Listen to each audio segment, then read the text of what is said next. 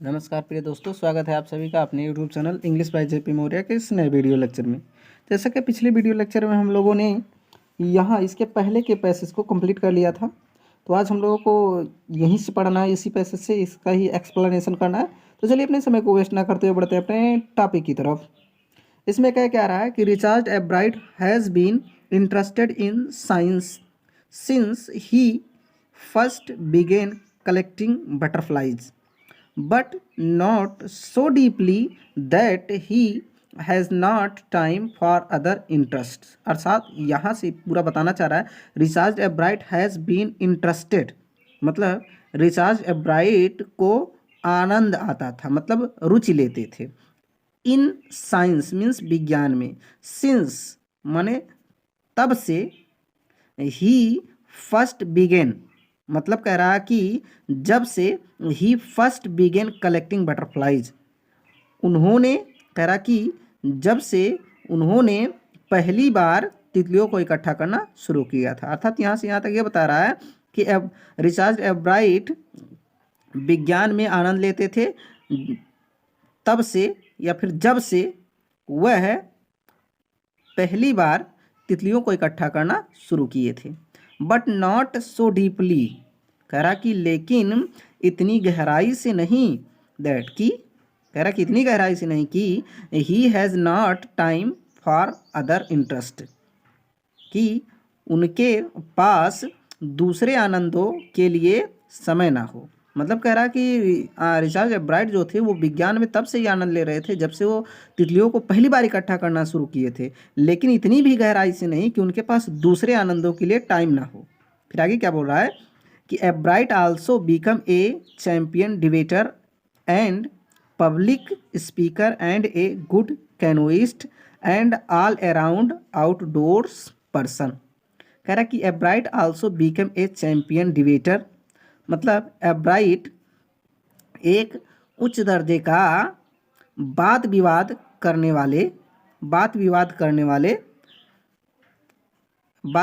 वाले तथा public speaker जनता के प्रवक्ता एंड ए गुड कैनोइस्ट और एक अच्छे नाविक and all around outdoor person और पूरी तरह से बाहरी व्यक्ति बिकम मतलब बन गए। अर्थात यहाँ से यहाँ तक पूरा ये बताया कि कह रहा कि एब्राइट एक उच्च दर्जे का वाद विवाद करने वाले जनता के प्रवक्ता तथा एक अच्छे नाविक तथा पूरी तरह से बाहरी व्यक्ति भी बन गए।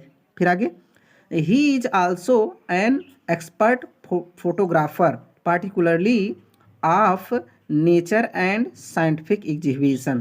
कह रहा कि he is also an expert photographer, वह एक निपुण फोटोग्राफर भी हैं।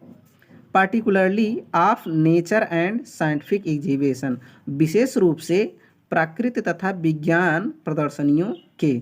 अर्थात इसने बताया कि वह एक निपुण फोटोग्राफर भी है, विशेष रूप से प्राकृतिक तथा वैज्ञानिक प्रदर्शनियों के।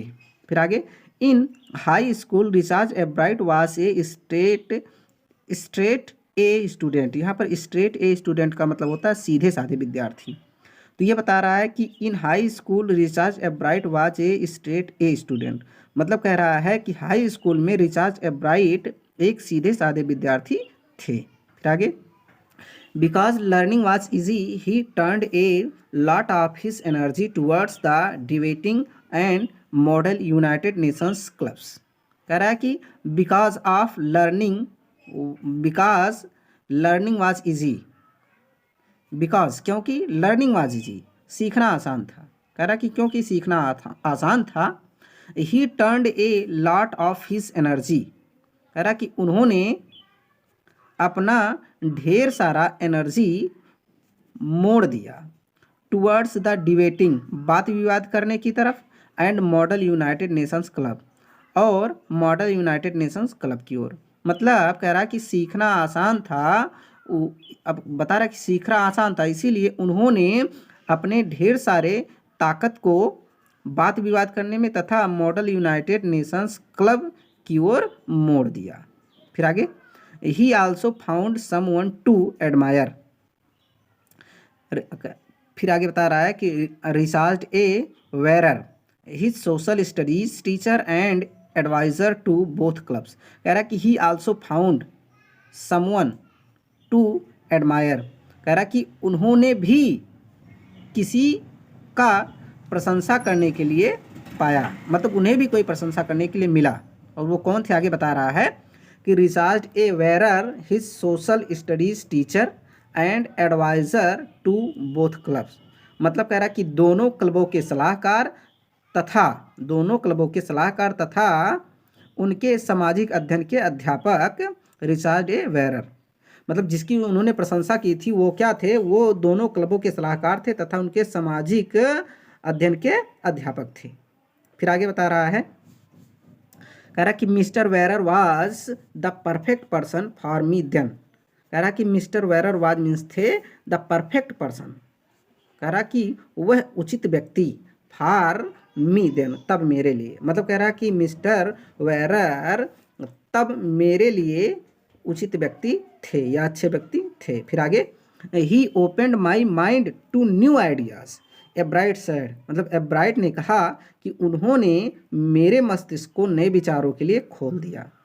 फिर आगे, खोल दिया मतलब सर को फोड़ नहीं दिया था, उन्होंने उनके जो दिमाग का ज्ञान चक्षु था उसको विकसित कर दिया था, उसको खोल दिया था। आप लोग गलत वे में नहीं जाइएगा।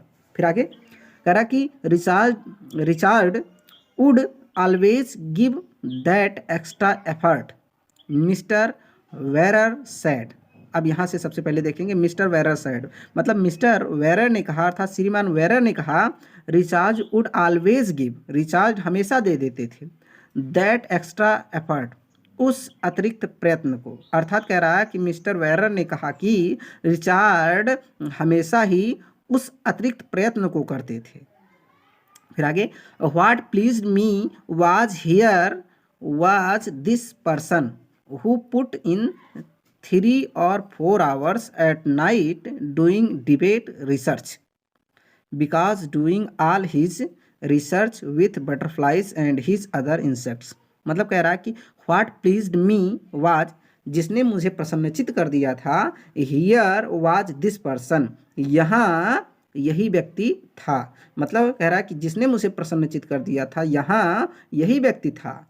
हु पुट इन, कह रहा कि who put in 3 or 4 hours at night doing debate research. कह रहा कि जो बात विवाद अनुसंधान करने में रात में 3 या 4 घंटे देता था।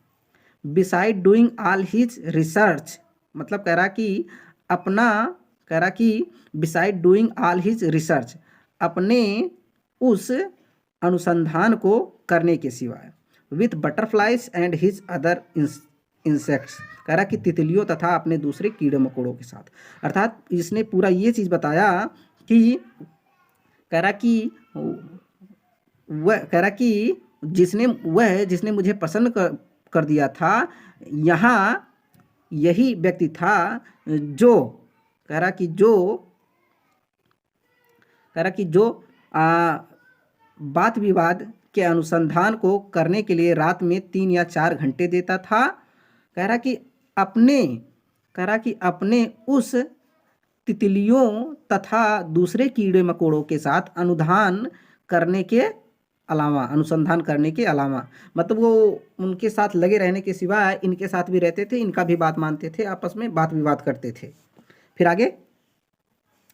आगे ये बताना चाह रहा है अगले, अब यहाँ पर ये बोल रहा है, देखें, कह रहा कि Richard was competitive, Mr Verrer continued but not in a bad sense. कह रहा कि रिचार्ड वाज कम्पिटिटिव, रिचार्ड प्रतियोगी था, Mr Verrer continued, Mr Verrer लगे रहे, but not in a bad sense, लेकिन एक गलत भावना में नहीं।